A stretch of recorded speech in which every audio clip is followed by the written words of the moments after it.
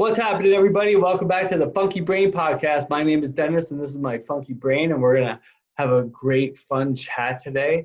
Our guest today is nicknamed the Ambassador of Inspiration, which is one of the reasons I originally reached out to her. I love that. She has an incredible presence. And only 15 years ago, she was like a homeless crack addict, a petty criminal, a gaunt, hopeless wreck who had been shot, beaten, and raped during the endless years when she lived under a bridge in the worst part of Phoenix.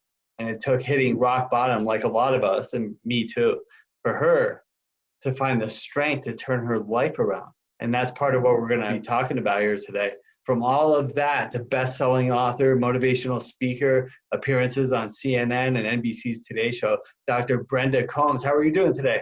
I'm doing great, all the way in Phoenix, Arizona, and it's kind of hot out here.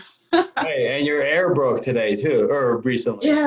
Yeah, the air went out, of course, Labor Day weekend, and we had to go through the weekend. You know, luckily it was only 117 was our highest, so, you know, we're...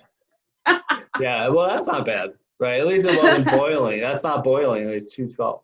Exactly. And so, but how is 2020 going for you? Like, we're all having our challenges this year, and I certainly am too. But how are you doing with it? You know, 2020, of course, has been challenging for us all. For me, I started 2020 on a high note and a low note. The high note was my calendar was already filling up for 2020 for speaking engagements. I'm a playwright, and so I had scheduled a whole season of plays throughout the year, and vacations and girl trips and family time. And then my father was diagnosed with an inoperable brain tumor. And he passed away. And the day after his funeral, my youngest son flew to Africa. And since then, I have not been able to communicate with him for the last 2 months. And the borders are closed because of COVID, and so that's a whole nother story. And then COVID hit here, and you know, everything shut down. And I opened a sober living house 3 days before Arizona went on a lockdown curfew mandate. And after that, my pops passed away of cancer during COVID, which was really horrible. I wasn't able to go to the hospital. I couldn't see him. They only let me come in to visit for what they call end of life visitation. So I dropped him off healthy, and the last time I saw him was as he was leaving. But since then, I've continued to move forward and open Making Things Better Sober Living for Women, Sober Living House, where we provide a clean, safe, stable, sober living environment for women. And there's a whole story behind the house that the women are currently living in. But the house is amazing. It's beautiful. It's 7 bedrooms, 3 bathrooms, 2 kitchens. It's absolutely gorgeous. And I'm able to pour my heart, my love, my soul, my experience, my wisdom into these women on a daily basis. And it's phenomenal. You know, it constantly reminds me of how far I came from when I was a homeless drug addict living underneath the 7th Avenue Bridge in downtown Phoenix. And today I'm working on opening a second women's home in Mesa, and our third home will be a men's home in Paradise Valley. So other than that, I don't, you know, I'm kind of lazy other than that. Well, it doesn't sound like you're lazy. I know what you're talking about. Like, I had a bunch of speaking gigs too, because I do speaking too. And but nobody's going speaking. So now we just do coaching, and I do a lot of podcasts and business stuff. But it's okay. I mean, like, you know, I saw this thing, and I'm going to share my screen actually, because earlier this morning I was on LinkedIn, and I found it was the greatest thing, and I want to share this with people. You see this? This was from a friend of mine on LinkedIn. Why so optimistic about 2020? What do you think it will bring? And this guy goes, I think it will bring flowers. Yes, how come? Because I'm planting flowers. Right? So it's exactly. So that's how it's your choice, right? So Yeah. if you could be as happy, or all of us, you know, we could be as happy or as sad as we want to be, as we make up our mind to be. And it's up to us to create happiness and opportunity and change that we want to be going on in our lives. Like we could have been like, well, this sucks, I lost all my speaking gigs. But instead we had to pivot, you know, and change the way that we're doing whatever we're doing, and and find a way through. And then on the other side of this, everything's going to really be great. We need to plant those flowers, though. I love that analogy. That's why I wanted to share that. So let me get back to my other screen here. So, you know, and everybody knows that's listening here. So my show is based in like addiction recovery, life mastery. And the reason I reached out to Dr. Brenda is because she could talk to us about both of these topics as the ambassador of inspiration. And I love this name you came up with for your story, from rags to enrichment. So please share with us a little about your story, like what it was like, what happened, and what it's like now for you. I was born in Mississippi, and I admit it. I love Mississippi. Well, I was born in New Jersey, and I never admit that unless it's really relevant to the conversation. Like usually if somebody else was from there, then I'll talk about it. But anyway. That's funny. Anyway. I like that. Yeah. So I was born in Mississippi in the 60s, and my mom ended up in Flagstaff, Arizona. And I kind of grew up there, but my problems started actually when I was about 5 or 6 years old. And it was the first experience I ever had, ironically, with racism. I was called the N-word by a little boy at school, of which there was 5 black kids in this entire school. It was a predominantly white school, white kids, no issues though, but this kid just didn't like me for no reason, simply because I was black. But I didn't know that at the time because I was 5 or 6. And he called me stupid, called me the N-word, and then spit in my face, which was, to this day, I still can tell you that it was a sting that I'll never forget. And I ran up to my teacher, who also happened to be a white lady, and I told her, you know, Miss Hall, Grover spit on me. And there was another little girl with me. And she said, Brenda, wipe your face off and get in line. And it was like I got kicked in the stomach. That's how I felt, like I got spit on and no one cared. And I withdrew. And I feel that that's where my self-esteem, my self-worth left me. And so from that point on, I struggled to have friends, to trust people, to trust my teachers, until I got to 6th grade and I met Mr. Cromer, my 6th grade teacher, white man, who taught in the hood. The entire class was Black, Hispanic, and Native American. So I kind of felt, okay, I can handle this. He was the most loving, non-biased, amazing teacher who encouraged us, he was the type of teacher that would buy you shoes, pay your mama's light bill, take you to church if you were walking in the snow. I mean, just an amazing man. And it made me think, okay, people actually do care. But I still had problems connecting with friends. And so as I moved into high school, I was bullied. I just didn't have a good foundation for school. So I decided, you know what, it's these kids. I need to get away from them. So I'm going to get all of my credits, graduate from high school as fast as I can, and go to college.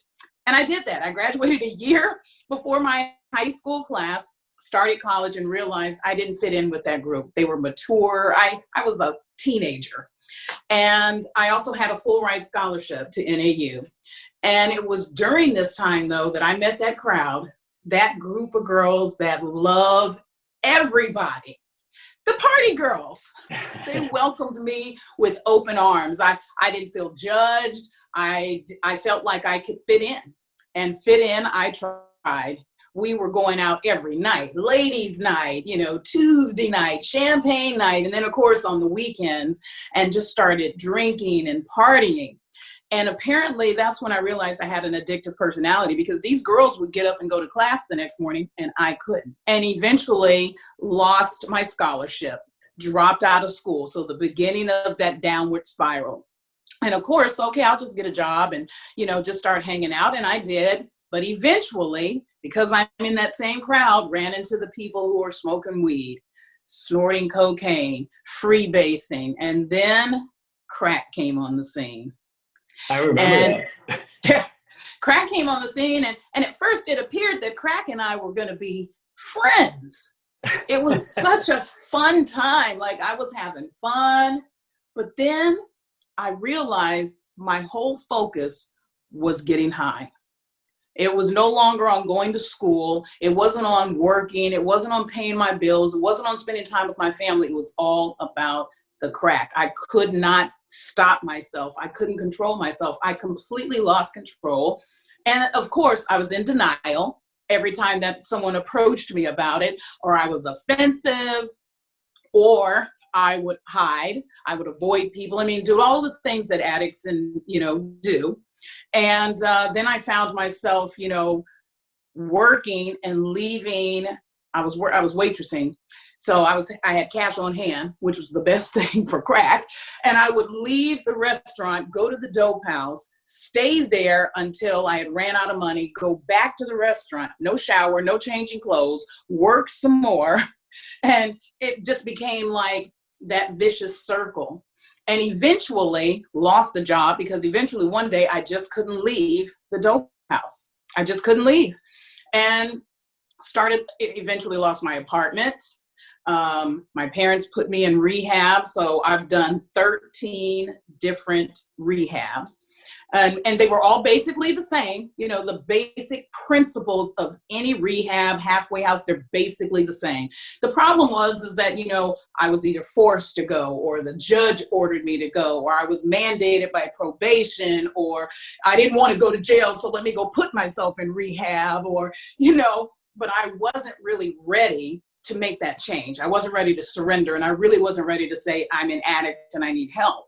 But instead, I was ready to now move on to the gangs. So I hooked up with these guys, came down to Phoenix to do some credit card scams. And within I think maybe 24 hours, the leader was killed in a shootout on the South Side. Not knowing, I had no idea really what I had gotten myself into. I'm coming from a little college town to like the, fifth, sixth largest city in the country. And I had no idea. I've never had any affiliation with Crips and Bloods. I'd never seen them other than the movies until I ended up down in South Phoenix and living in a war zone and not afraid because the addiction that I had just took me to a place of a dark hole that I never want to go back to. And I know how people feel who've ever been down there because it's hard. There was a point where I just didn't care. If I go to jail, I go to jail. If I go to prison, oh well, I'll rest up, gain some weight, get back out. If I die, it might even be better because now I won't be struggling, suffering, and it was just a horrible way to live. But the best thing that happened was shortly after that, I got shot in a drive-by shooting. And that took me out of the area for 6 to 9 months as I recovered. Had to learn how to walk all over again. And I went back to all I knew was just being out in the streets. And I ended up underneath the 7th Avenue Bridge.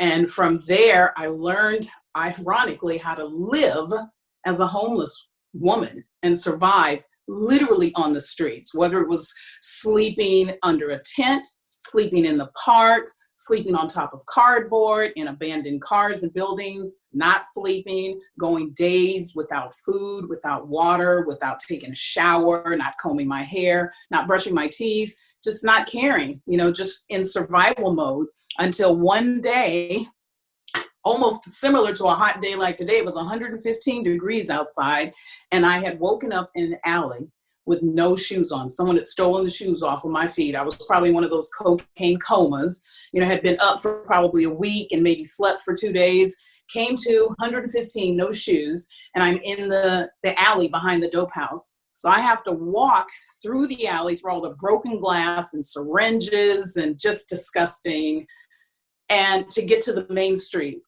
And by the time I got to the street, my feet were already cut. My feet were already bleeding.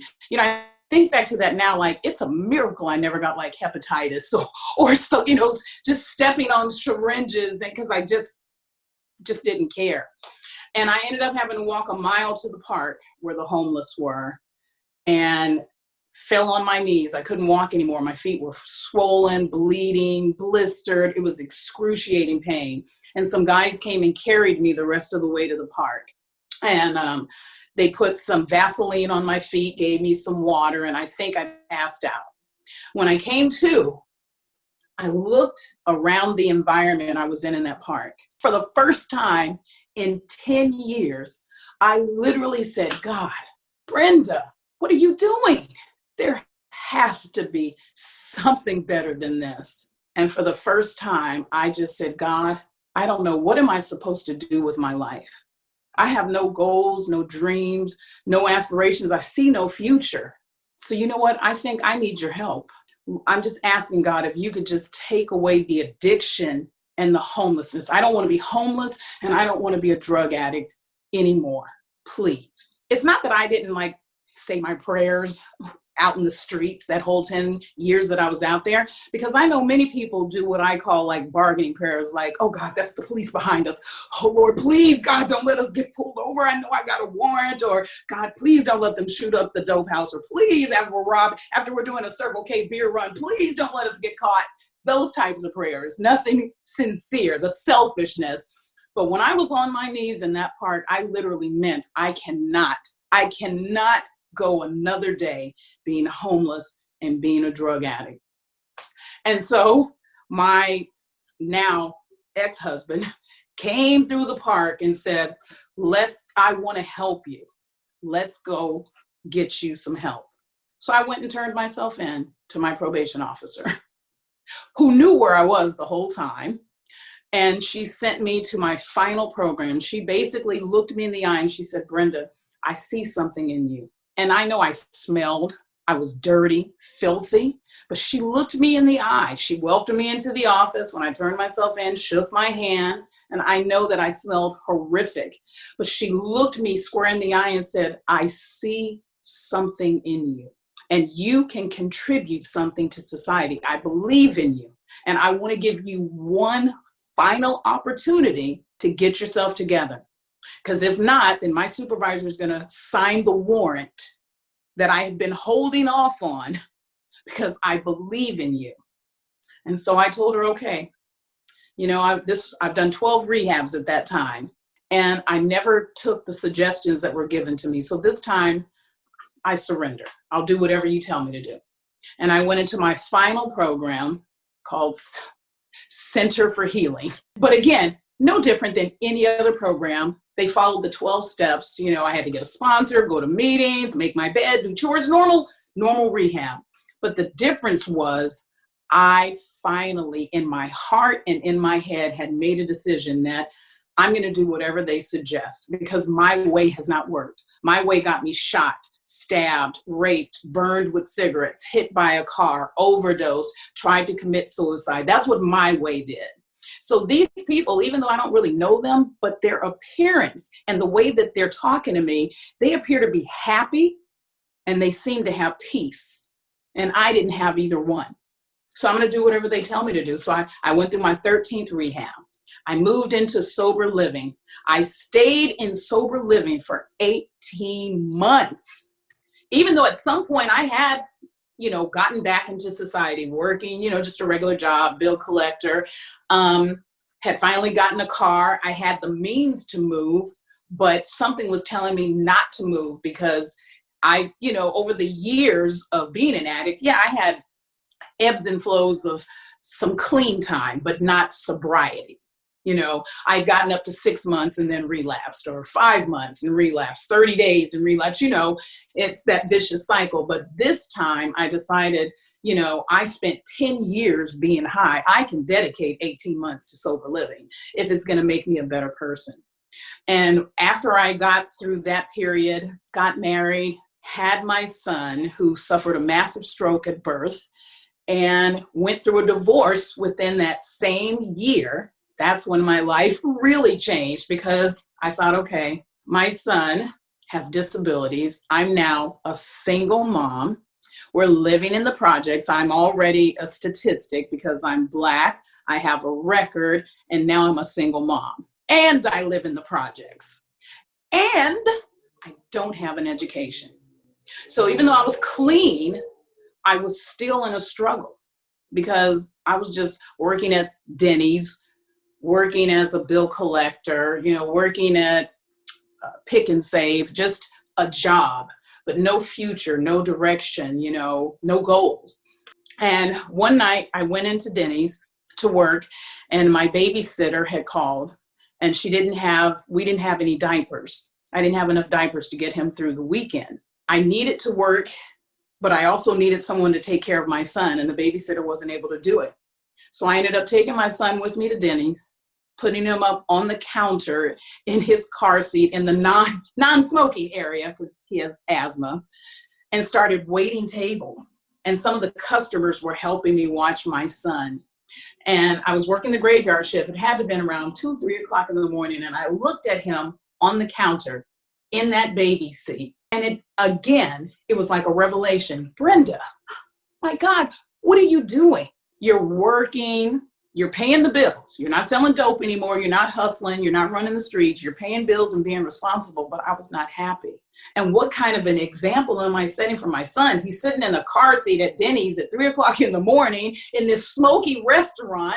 That's not good. And that's when literally something said, Brenda, it's because you don't have an education. You're going to have to always work at Denny's and as a bill collector because you have no skills. It just hit me. So the next morning, I take Michael to the babysitter, and I went and enrolled in school. And when I say enrolled in school, I started at the bottom. Like, I didn't know what a mouse was on a computer. I knew nothing. I took a basic computer class, learned how to use Word, Excel, PowerPoint. And then from there, I was like, I kind of like school, not sure what I want to do. Then I thought, you know what? I think I want to help people. So maybe I'll be a social worker. Social worker ended up becoming a teacher, special ed teacher, K through 12. And my son overcame his stroke. He is today 20 years old, in college, playing basketball. Well, not currently playing basketball because of COVID, but he is a basketball player. And I just continued on with school. I enrolled and completed my undergrad in human services. And then I transferred to Grand Canyon University. I enrolled in the Masters of Special Ed. So this is where the story gets interesting. It's a 3-year program. And I had decided at that point, I want to get a doctorate or a PhD or an EDD, not sure in what, but just because if I can do it, then I can share with other people they can do it. And so they let me triple up on my classes. It's a 3-year program. I started my master's on January 5th and completed my master's on December 24th. Merry Christmas to me. And that got the attention of the White House. And at our graduation that following spring, I was honored by former First Lady Laura Bush, naming me Distinguished Teacher of the Year. A week later, my son and I were on CNN, where I was presented with a full ride scholarship for the new doctoral program at Grand Canyon University. After that, my son and I flew to New York. We were on the Today Show. I've done Oprah Radio. And then I became the ambassador of inspiration and achievement at Grand Canyon University. I was a professor there. And my son came home one day and said he had a friend that needed a place to live, a high school student who was living in his car. So he brought him home and we took him in, made him a part of our family. And a few months later, he brought another young man home and we took him in and made him a part of our family. And so to make a long story short, I went from having 1 child to now 5 boys who've all graduated from high school. 2 are in college and the rest are working or trying to find, their future. 10 years ago, ran into someone at not Circle K, Starbucks, who had been homeless for 20 years, who had also been underneath the 7th Avenue Bridge and had seen me on the Today Show and sent me an email saying, God, I remember you from Jurassic Park. That's what we used to call it.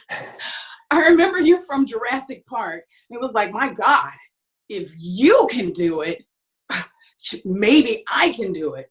And maybe 3 years after that, he messaged me and said, I'm graduating from the University of Phoenix. And so we met for coffee so I could congratulate him. And we ended up started dating, and we've been married now for 10 years. That is awesome. Yeah, Tony That is Carter got married, and we started making things better, sober living for women about 5 years ago.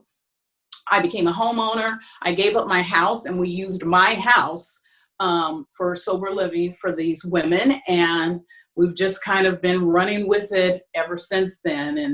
And before COVID, I left corporate world and decided to become an entrepreneur and do what I really love doing, and trying to help people make the right choice and do the right thing even when no one is watching. And I believe that I feel like I was the worst drug addict out there. There was very little that I wouldn't do. I mean, I'm not going to kill someone, but I was not opposed to breaking the law to get high. I'm just saying. But I had limits. But I just got to the point to where, I think everyone who has gone through any type of an issue, whether it's addiction or mental, financial, gambling, whatever, they all kind of tie down, to the same beginning. There's something internally within us that either needed to be fed or watered or nurtured, and we didn't receive that some kind of way, and that was, to me, that was the beginning. That was the beginning part. But I do know this, that anything and everything is possible, because I shouldn't be here. Statistically, the odds were not in my favor. The odds were not in my favor to overcome 10 years of addiction, 10 years of homelessness, being in and out of jail, in and out of rehab. I'm a woman. I'm Black. At the time, I had no education and a child with disabilities. The odds were never in my favor. But I think maybe that's the unique thing. They don't have to be in your favor, because, it's still going to come down to a personal choice. And everybody's bottom is different. My bottom should have probably been maybe, when I lost my apartment. That should have been a bottom. Or when I was sleeping in my car. My bottom should have been, at least for the love of God, when I got shot in the drive-by shooting. That should have been like, Brenda, okay, clearly you're not making good choices. You're not hanging with a good crowd. You should probably rethink this. But that wasn't my bottom. I had to go on to get raped, stabbed, burned with cigarettes, hit by a car, overdosed, tried to commit suicide several times. I mean, one time I took a bottle of sleeping pills and Demerol and still woke up the next morning. And not realizing that I had a future, not realizing that there was a purpose for my life. Because I remember waking up like, God, I can't even do this right. Like, not knowing that there was some good that I had to offer, down the road. And I think for me personally, I think that my journey had to be that full 10 years. I had to go through every aspect of what I went through, because now that I'm on the other side, I can speak to those things. I know what it feels like to be raped, to be beaten, to be assaulted, to be victimized. I know what trauma feels like. I know what it feels like when you get to that point to where you just want to die. I know what that feels like, but I can speak life into it, because you can be an overcomer. You don't have to remain a victim. You can be victorious and turn it around. And one of the other things that really helped me a lot turning it around was giving back. From the very beginning, part of me being on probation and the sober living house that I was in was giving back. So going to the food bank or working at a church, doing some type of community service. And even though I was still somewhat in a struggle, I remember being at the food bank and seeing these families in line to get food with the children. And I'm still living in sober living, but I'm looking at them and I can just see, the disparity, the fear, in some of their faces, and thinking, gosh, they're struggling to even take care of themselves. And here I am almost on the verge of wanting to complain. And so it kept me humble, and it always made me be grateful for where I was at. And so after completing my 18 months in the sober living house, I continued to just give back, finding ways to give back. And then when it came about that I wasn't able to find some, opportunities, I created my own and started a nonprofit foundation called Finding My Shoes Foundation. And I just started going out on my own every 2 weeks when I got paid. I would go to the dollar store and buy toothpaste, toothbrushes, deodorant, towels, razors, lotion. And then I go to the Goodwill and I get backpacks and shoes. And I talk to the manager and saying, hey, can you give me a deal on these backpacks? Because I'm trying to help the homeless. I go to the dollar store and get flip-flops, hats, all that I could afford, on my little budget. And that's how I started Finding My Shoes.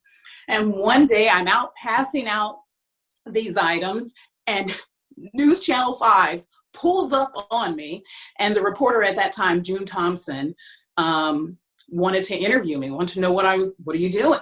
And told her what I was doing. And next thing you know, they're doing a story about me on the local news here in Phoenix. And people started to reach out saying, hey, I want to help, or hey, I've got some hygiene items, or I've got this, or I've got some clothes. And that was 1999 when I started Finding My Shoes. And today, I wish I could show you my living room downstairs. I did a fundraiser and raised $770 to buy Powerade and Gatorade, because it's so hot here that water's just not enough for the homeless community. They need, some potassium, they need, they need to stay hydrated, and water just isn't enough. So I wish you could see my living room and all of the Gatorade and Powerade that I have, that we're going to go and take it to the food bank so that they can put it in their big walk-in refrigerator so it'll be cold, and then we can come pick it up and go distribute it. But that's kind of how it all started. And to this day, I love giving back. I love helping that community because, I know personally what it feels like on every angle, and yes, I get a lot of flack sometimes from people saying, all you're doing is enabling them because they're nothing but drug addicts. And, the reality is, yes, some of them are drug addicts. Yes, some of them are alcoholics. Yes, some of them are mentally ill. Some of them are veterans. Some of them have made bad financial decisions and they're homeless. Some of them lost their jobs. They had no skills. Some of them were uneducated. And some of them are just down on their luck. It can happen to anybody at any given moment.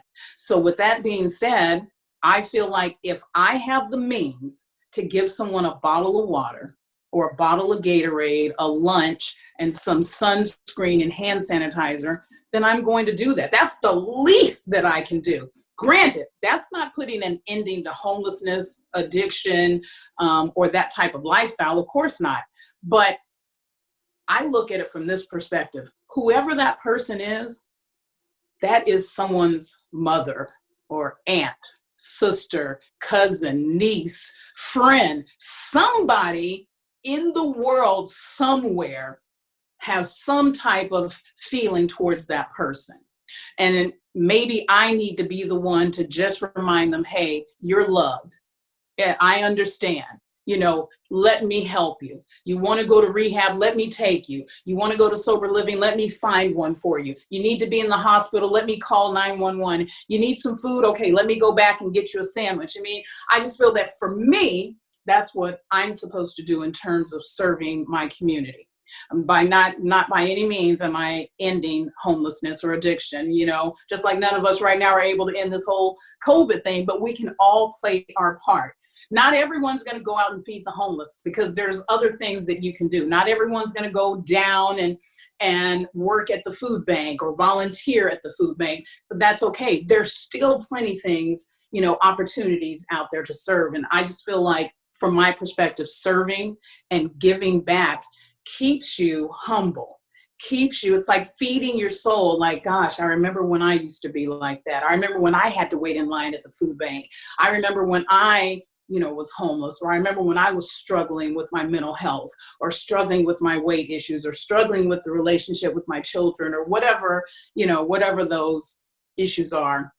Just feel like I've gotten to this place now that the more I give back, the happier I am. I love it. It's, and it's work, it's work, physical work. It's hot out there, but I love it. I love the ladies that Making Things Better Sober Living. Many of them go out with me as well. And those that are not comfortable in that zone, they'll make peanut butter and jelly sandwiches or burritos, or, there's so much that you can do for many organizations, for the veterans, for homeless, for single moms. I mean, there's a plethora of opportunities out there. But I think that, to me, they kind of go hand in hand. You're dealing with issues of addiction, abuse, alcoholism. The more that you can focus on being true to yourself and being loving to others, to me, it gives you like that boost of, you can do this. One of the sayings that I tell my boys all the time is that no matter what you do in life, play the tape all the way through. Remember, you're the director, you're the author, you're the writer and the producer of your life's movie or show. So even though you may not be able to control the ebb and flow of just life, you determine if your life is going to be a comedy or science fiction or horror or drama, whatever. But it still comes down to personal choice. So it's always going to be in your best interest to make the right choice and to do the right thing, even when no one is watching. And everyone's always watching. They may not say anything, but everyone is always watching. And if you can live with yourself, with the decisions and choices that you make, and you have that peace and that happiness, isn't that kind of what it's all about?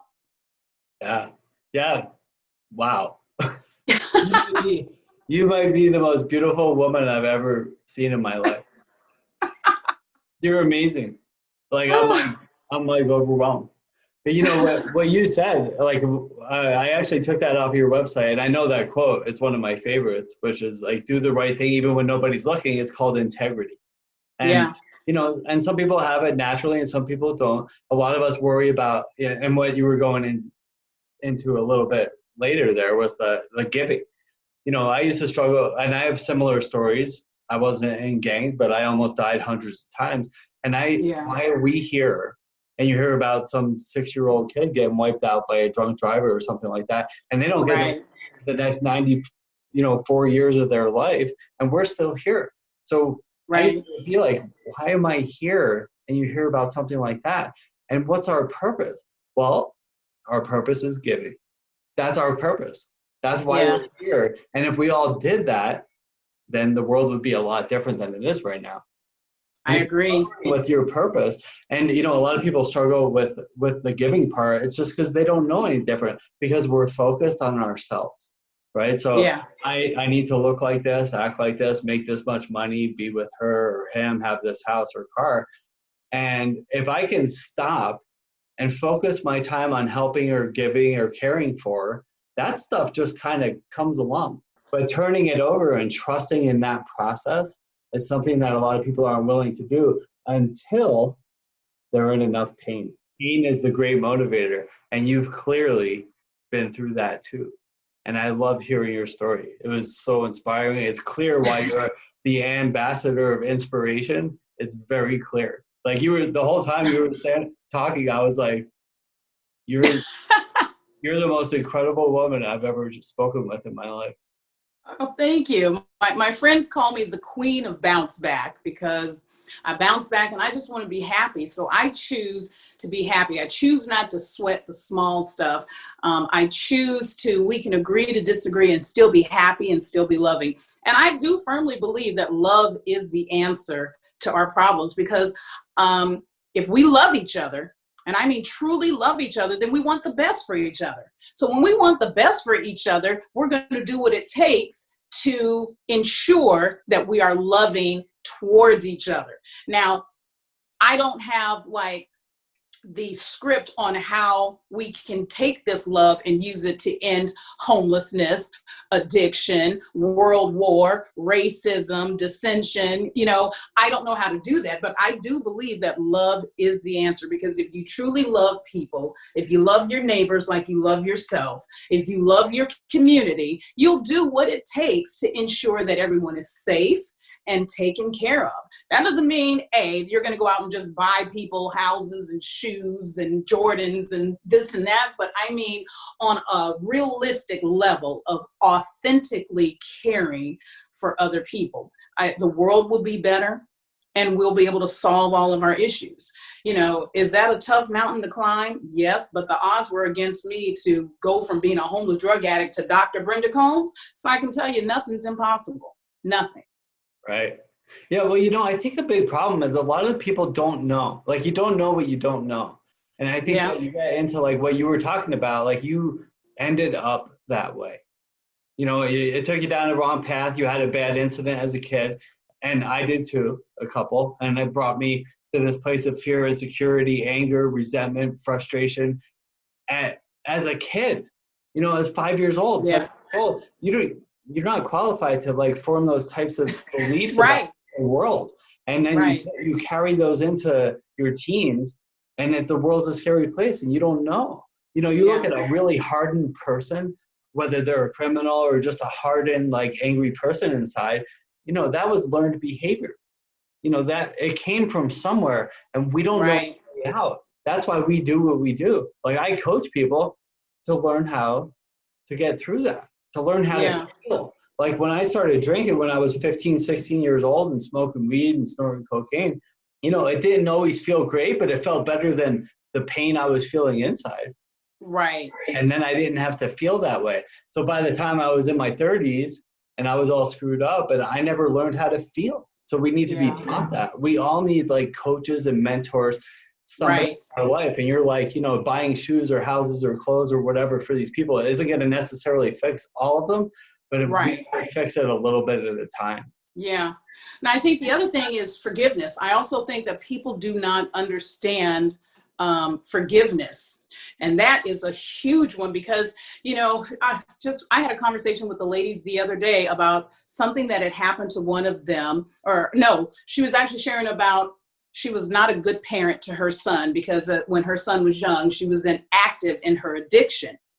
And she said that she now, years later, you know, her son is an adult, she is doing good. She's clean and sober. She's on the right track. She is happy. She's worked the steps. She's got a sponsor. And she runs into her son and says, you know, hey, I've recovered. I'm doing well. And I'm, you know, blah, blah, blah. And you know, I'm sorry for all the stuff that I did to you in the past. And he was not as elated as she was. He was not as joyful. He was not able to forgive her in that one moment, because he's just not there. And I explained to her that, you know, you apologize, you made amends, great. He has to have time to either let that stew or cook or marinate. He may never forgive you, or he might, but you can't regress and be upset, because that's how he feels. And my counselor told me when I was in rehab once that, Brenda, what other people think about you is none of your business. And the sooner you learn that, the better off you will be. She said, you ran and ripped the streets, you know, for 10 years.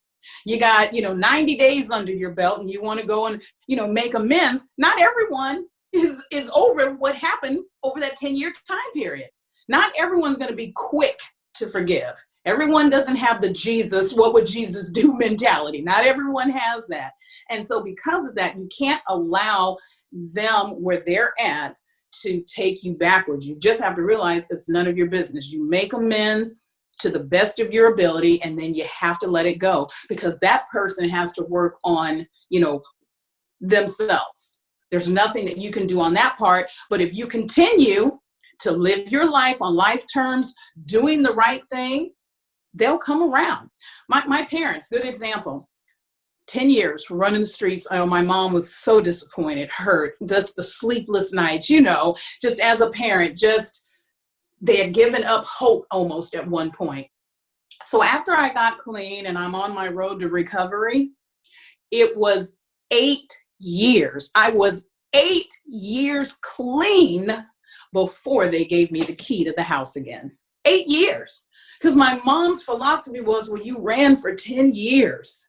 You haven't even caught up to the time that you were out there. And she was like, we just want to be sure, Now, in that 8-year time frame, yes, I've been to my mom's house. I mean, we have holidays, birthdays. My parents love me. They're happy. But that was like the last thing of certainty. 8 years. And you know what? I couldn't be upset. That's their house. Those are their keys. And it took 8 years for them to realize, and I'm sure at some point we just never thought about it because, it wasn't a pressing issue. But when she was like, oh, I forgot to tell you, here's your key for the house, like out of the blue, like, oh, okay. We've arrived now. It's okay. Yeah. And then another piece that with all that, what you were talking about is like whether or not people are going to forgive you. And it's not up to you to decide Right. that. You have to learn to live with it. But the most important piece, you have to forgive yourself. Yeah. You can't be held hostage. Don't allow yourself to be held hostage to the wreckage of your past. That's right. Because you have to be able to say, hey, I messed up. I made a huge mistake or whatever the issue was, but you know what? I've corrected it, or I did my time, or I paid my restitution. Whatever. I corrected that wrong. And now I have to be able to forgive myself, love myself, and move on, because, we all know as you continue to live, you're going to continue to make mistakes. You're going to always have some issues or an opportunity for a learning experience based upon something you said or did. Yeah. And it never stops. You're absolutely right. And then you have to forgive yourself and practice that self-love, the self-respect, the self-care, right? We need to take care of ourselves so we can be of better service to other people. Yeah. Now, it's interesting that you would say that about the, the self-love and the self-care, because I know so many people who struggle with their own self-worth. They find they don't know how to love themselves. They just don't know how. And I was one of those people. When I got back out, into society, I didn't know how to pick friends. I didn't know how to trust, to have girlfriends. I didn't know how to do that. I had to learn how to encourage myself so that I could even put myself out there to even be open to make friends. And so what I did was I wrote a positive affirmation. I taped it on my door. I had a version of it taped on the steering wheel of my car, in the mirror in my bathroom, on the refrigerator. I had it everywhere. And I'm going to share it with you because my son, I made him memorize it. And every day he had to take something out of this affirmation and use that as his focus for the day. And it's called, I believe in myself. I believe in myself and my ability to do my best, because I am intelligent and I am capable of achieving greatness. I can learn, I will learn, I must learn. Today I will think, I will listen, and I will reason. Today I will make the best choices, and my life will be a reflection of those choices. Today I will read, I will write, I will learn to work with, love, and value others.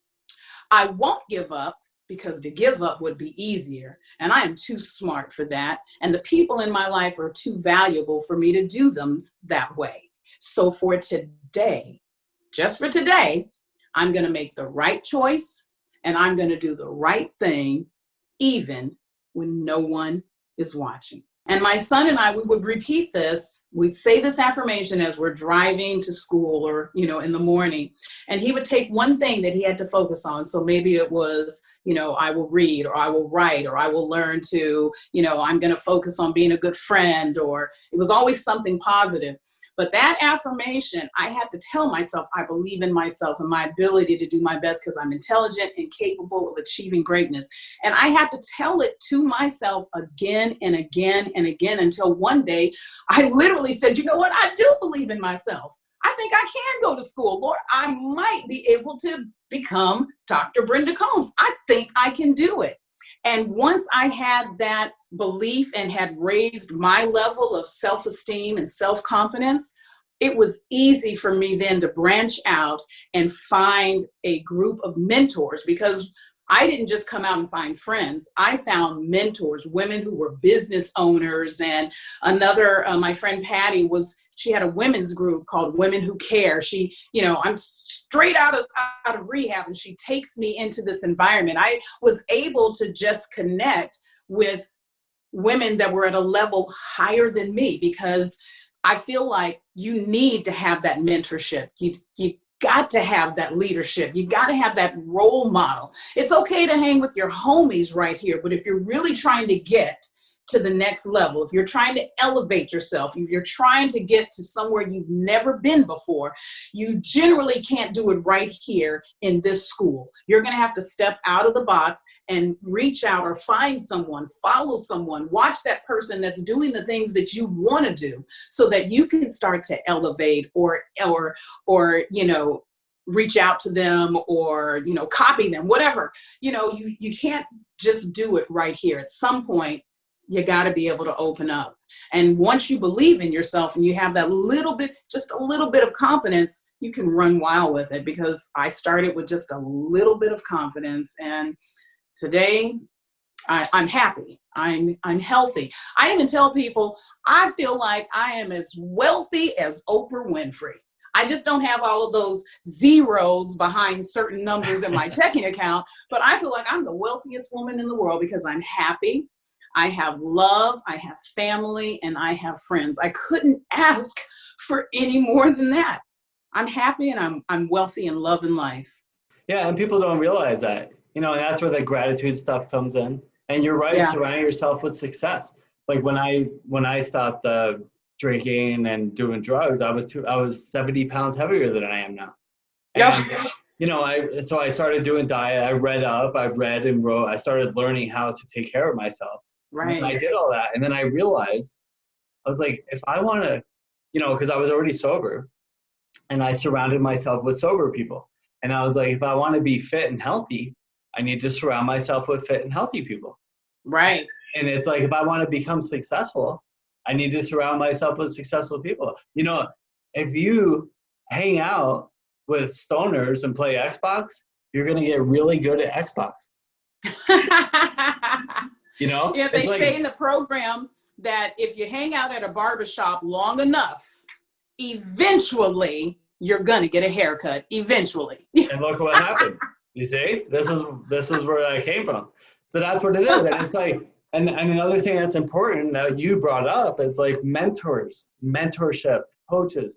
Like I think that I coach people and mentor people, and I have a coach and a mentor. And you know what else? I have many.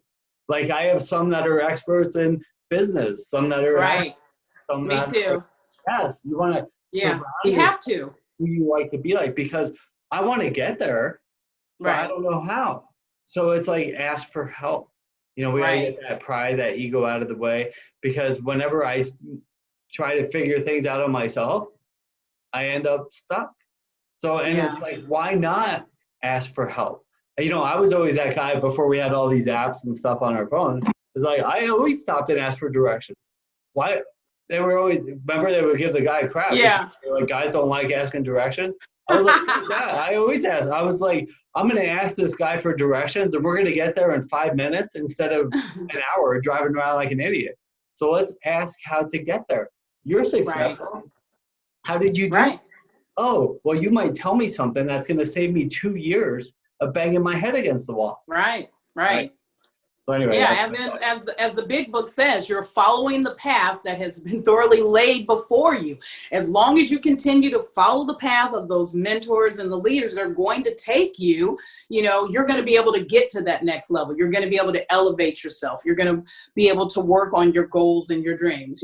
Sometimes those things will come quickly, sometimes slowly. But if you continue to just follow the path, make the right choice, do the right thing, be honest with yourself, you can't help but to be successful with whatever your goals and dreams are, and I a lot of times, obviously people equate success with money. And yes, we all need money. We all need money to live, but you can be happy and successful, on a poor man's budget or on Oprah's budget. It's all in here. It's in here and it's in here.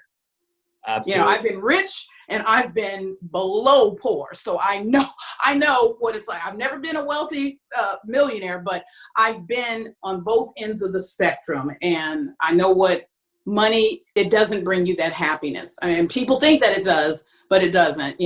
I can't speak for people on Oprah's level, but I'm sure it brings a whole nother set of circumstances and issues within itself. But for the average person, you can find your peace, your happiness. Money has nothing to do with it. Nothing whatsoever. It can be the enhancement or it can make things worse, but it has nothing to do with it. It's true. Yeah. And if you keep attaching your happiness to stuff like that, those outside things, without working on your insides, you're never going to get there. But if you focus on your insides and then creating opportunity and then helping people, that money, it comes. It'll come. Or it doesn't, but you'll always be taken care of. Right. You might you're at peace. You're not in the welfare line. You will be taken care of. That's for sure. You will be. Yeah. So outside of all this, what else inspires you? What keeps you going besides, the helping and then the change in your life? Is there something else? I mean, anything, something is like a movie, an actor, actress, like somebody who inspires you. Oh, well, I think that Oprah might be one of them because you keep bringing her up. I like Oprah because she came from nowhere, from nothing, which just shows you don't have to, you can come from nothing and be incredible. You can come from everything and still be incredible. But, a lot of people can relate to the coming from nothing or average means. Who inspires me? Probably my circle of women that are my mentors, because those are the women that I love, that I trust, that I'm around. I'm very much inspired by creativity. I'm a writer. I have a publishing company. I'm a playwright. I write plays. I act in my own plays. Totally love it. And it's so funny because I am the type of person where I was auditioning for plays. I've had no technical acting skills, but I am an actress. And you are an inspiring actress for sure. Well, I wasn't getting the roles that I wanted, and I thought, okay, well, I'll just write my own play, and so I've been doing this one play, Church People. We've been running that same play now for 4 years now. And then I started writing, let me grab this real quick. I started writing Murder Maze. This is what is that? Murder. So I started Murder of a Boss. So I got to tell you the story. It's real quick. I was at an event, and a women's event, and it was held at like an event center. And as I was walking through, they were talking, and I'm ADD, so I really wasn't focused on the conversation. I was looking around the room, and out loud, I said, wow, this would be a nice place for like a murder mystery dinner theater play. And the person who owns the building stopped talking to those people and said, did you say murder mystery dinner play? And I said, yeah. And she says, oh, I've been wanting to do one of those for a long time. I was going to hire someone from Vegas to come here and do it. And she said, do you do plays? And I said, yeah. She said, murder mystery plays? And I said, of course. Sure. And she said, yeah. Well, what's the name of it? And I said, Murder of a Boss. And she said, oh, well, why don't we collaborate and like do it here? And I was like, okay. And so then she goes and picks up the calendar and she's like, well, why don't we do it on this date? Or how much time do you need? And I was like, well, at least 8 weeks. She said, okay. So we put it on the calendar. I left and I got home and I told my husband, oh my God, you're not going to believe this. I have to write a play. And so I wrote the play, cast, rehearsed, and pulled it off. And now up until COVID, we were doing them monthly with no previous experience, but I think I'm a pretty good writer. So I might be giving Tyler Perry and some other people a run for their money with BRC Studios one day. So we'll see. Well, that's an awesome story. I mean, what you have now is you have choices, right? So if I'm not drunk or stoned or high on crack or cocaine or whatever, and I'm working on improving my life and doing the things that I want to do, then those types of things happen. Those opportunities, those choices happen. I like staying really fit. So when somebody says, I live in Colorado, we have 14,000 foot mountains. There's like 52 of them or something. So when somebody says you want to go hike a 14er, I can. I don't have no, I'm on heart meds and diabetic. Yeah. I can't go. I can sure, let's go kill it. So that's my choice. But everybody has their own goals and dreams. And as long as I'm sober, clean, and trying to live a better life, I have those options available. So awesome stuff. Thank you so much, Dr. Brenda. You are a rock star, the most beautiful woman I've ever talked to in my life. Thank you, thank you, thank you. I really appreciate the interview. And for anyone out there, if they want to learn more, they can actually read my story called Finding My Shoes. It's available on Amazon or my website, and it really goes into details of my story. And I also included pictures that tell the story because I'm a visual person. So I even put all of my family pictures in there and pictures of me. I actually got a picture from the police station, one of my arrest pictures. So nice. Yeah, I've come a long way. I meant to ask you, some of those pictures are on your website. And what is that website? How can they get in touch with you? All that stuff. The website is www.brendacombs.com. Just contact me there. You can, I'm on Facebook, Instagram, Twitter, LinkedIn, Brenda Combs or Dr. Brenda Combs. I think I have 5 Facebook pages: Making Things Better, Sober Living for Women, Finding My Shoes Foundation, BRC Publishing, because that's another thing. I was with a publishing company and things weren't just working out. It was kind of slow, and it was like, okay, I'm just going to teach myself. So I started BRC Publishing, and now I've published over 20 books. And I have giveaways. So anyone who comments, I'll give away 5 books. If anyone wants a book, I'll send it to them autographed, and, I want one. Okay, I got you. Awesome. Well, thank you so much. Once again, awesome pleasure. I appreciate it. We'll do it again sometime. And thanks everybody for tuning in to the Funky Brain podcast. I hope you heard something great. I did. I heard a lot of things great. Thank you, Dr. Brenda Combs. Thank you. You're the best. And everybody have a beautiful day today, and I'll talk to you soon. So you can't think your way into a new way of acting. You have to act your way into a new way of thinking and being. Hi, I'm Dennis Berry, best-selling author, speaker, and life coach for addiction recovery. So many people are stuck in their addiction, whether it's like drugs or alcohol or food or shopping or sex or money, and they think they can just stop or try to figure it out on their own, but they don't change anything in their lives. Nothing changes if nothing changes.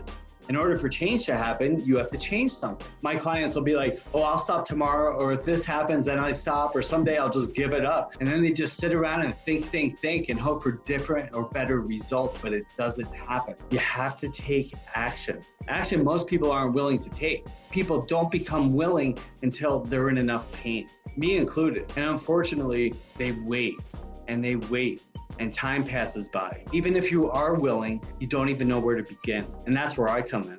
In my best-selling book, Funky Wisdom, A Practical Guide to Life, I talk about the how approach. How do I get sober? How do I stop doing drugs? How do I become healthier? How do I have more successful relationships? How do I become more financially successful? And the answer is how. Honesty, open-mindedness, and willingness. I have to honestly admit that there's a problem. I have to honestly admit that things aren't going well and there needs to be changes. And then once I do that, the door opens and I become open to seeing new ways of living. And then I become willing to make those changes. You can't solve a problem with the same mind that created it. That's why I'm here to help. And, I've been working with clients for over 15 years and helping them get clean and sober and change their lives and achieve inner peace and success. If you or somebody you love is struggling and doesn't know where to begin and how to make those changes to get to where they need to be, give me a call. Not tomorrow or in a week from now when you're hungover and your life is falling apart.